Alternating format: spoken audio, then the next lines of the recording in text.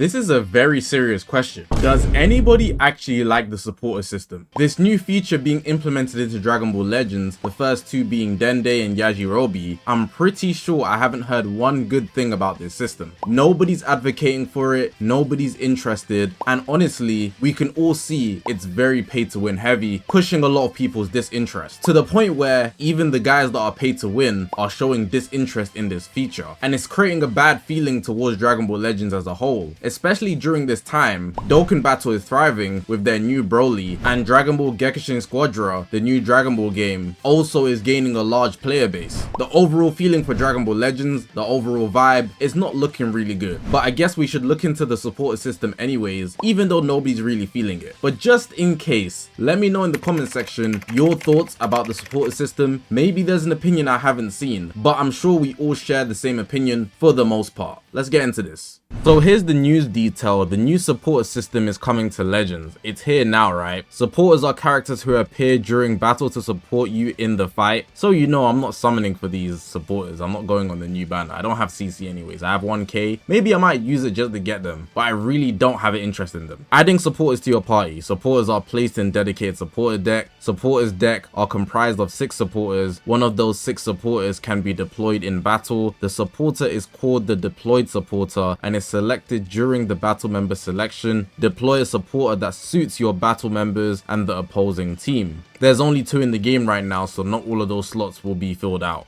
Supporters have 2 types of abilities, support abilities and support Z abilities. Support abilities are unique to each supporter. When a supporter is the deployed supporter, their support ability can activate during battle when its conditions are filled. Support Z abilities are abilities that raise the stats of battle members at the start of battle. These effects are not restricted to certain tags or episodes. Simply adding supporters to your deck will raise the stats of all battle members. Just a bunch of talk basically. The main thing you want to know is here the supporters levels, so the range 29, 30, 59, 60, 98, 99, and all other levels beyond that, I guess it's just going to be 1 copy. You're aiming for 99, but from what I've seen, because there's only 1 drop, right, and you can max out 111 copies, pretty much you won't be getting past, you know, the 30 to 59. You'll probably just get to the 2. Only the pay to win whales of death, heaven and hell spenders will be in the 99 bracket, really just pushing us into tax brackets. Like, we can tell how much you spend on the game by what level supporter you have. We know you're in a different tax bracket, bro. Like, you be putting in cash into this game, and that's cool if you want to do that. But yeah, I think the main issue everybody has is that you can obtain these guys through the shop, so spending chrono crystals, which obviously isn't good, and summoning. The fact that you have to spend chrono crystals to get these supporters, gradually you will be burning your chrono crystals. If you get it through summoning, cool, you were lucky, but you might not be lucky to pull them. So if you're going to spend chrono crystals in the shop, that's even worse, because then you won't have chrono crystals to summon. So it's really like, do you want to just guarantee it in the shop? Are they that impactful at the higher levels? Yes, but ultimately, boy, this is a nasty system in place, and I can't exactly support it, man. I don't think anybody's supporting it, because it doesn't add anything to the experience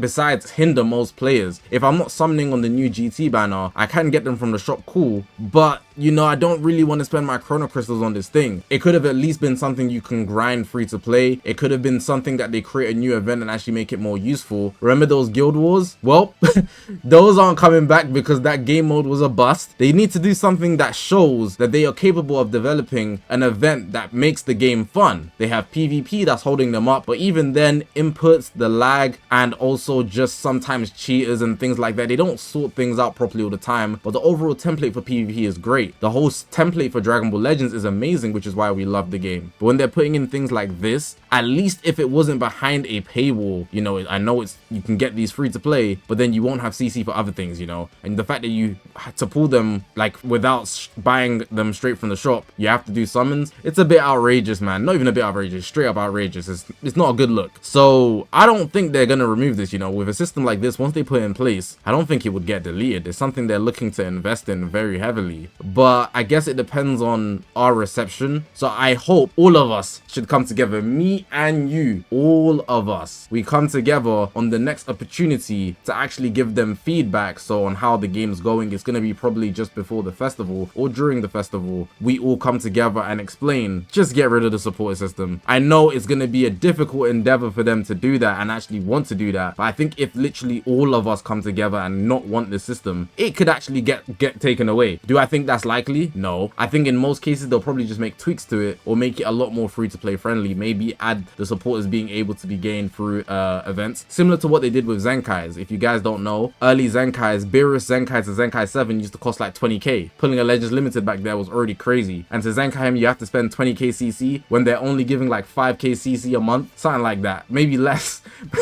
For real, like it was outrageous. So it's very likely they'll probably just nerf them out of CC or increase their drop rate so that everybody can just have more of the supporters much easier, especially when they become a lot more lucrative. But overall, I haven't seen anybody really support this system, and I can't say it's a good thing overall. It's really just going to increase the gap between the free-to-play players and the pay-to-win players, making those people that spend money on the game that much more ahead of everybody who doesn't spend money in the game. When it's already heavily RNG based, you're stacking on an extra layer of that. That's unfortunate.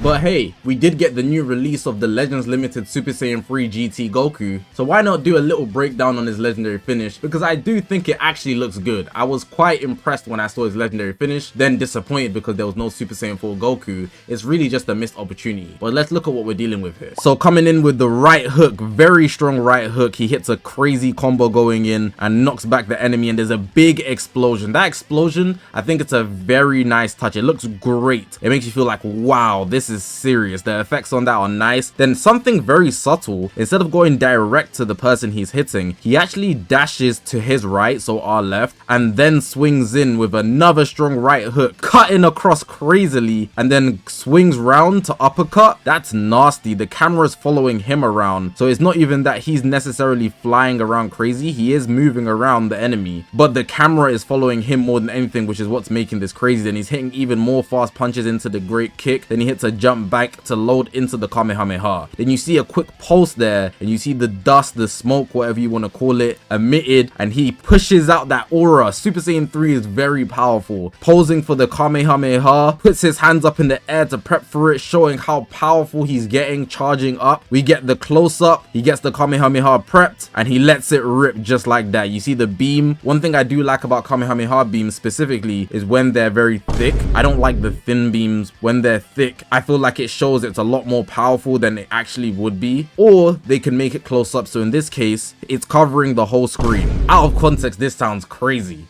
But we get the normal Kamehameha finish. It's not something we haven't seen before. The explosion on the Kamehameha is really good as well. There's a lot of subtle effects from the one beam hitting the character, and then we get a close-up of Super Saiyan 3 Goku with the energy basically fading away from his hands, and we get the windscreen. The camera goes to a low angle. Super nice finish. Class from Super Saiyan 3 Goku, the GT boy. I think it would have been a lot better if they went for the Super Saiyan 4 in addition, but I digress. But this isn't a problem necessarily, it's just something they would probably do later down the line. I just feel like because GT doesn't get a lot in the first place, I feel it's very likely they will go another year without dropping anything GT. It could be the case that it takes more than 3 years to get the Super Saiyan 4 in addition to what we just got. I've spoke about it before, but relating to Dokkan Battle, man, Dokkan Battle did it good in the 10th anniversary. That's kind of what I would have expected, but unfortunately we didn't get that. Nonetheless, this legendary finish is great. Subtle camera work that you may have not picked up the first time,